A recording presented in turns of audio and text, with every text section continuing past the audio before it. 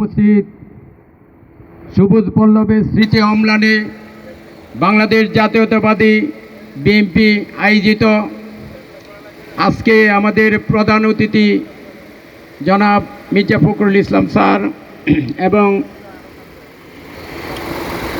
আমাদের এনি ভাই এবং আরও রাজনৈতিক ব্যক্তিবর্গ, সাংবাদিক ভাইয়েরা, আসসালামু আলাইকুম ওয়া রাহমাতুল্লাহি।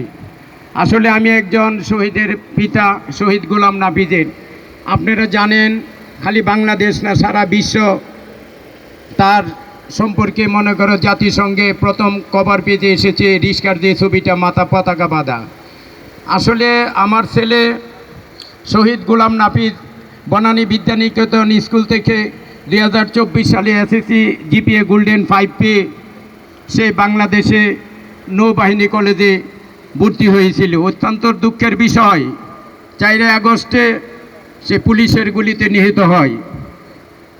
8 তারিখে আগে 8ই আগস্ট তার ক্লাস শুরু হয়। নতুন পোশাক যখন দেখি, বাসায় গিয়ে সারাদিন কাজকর্ম করে, তখন খুব খারাপ লাগে। আসলে দেশের জন্য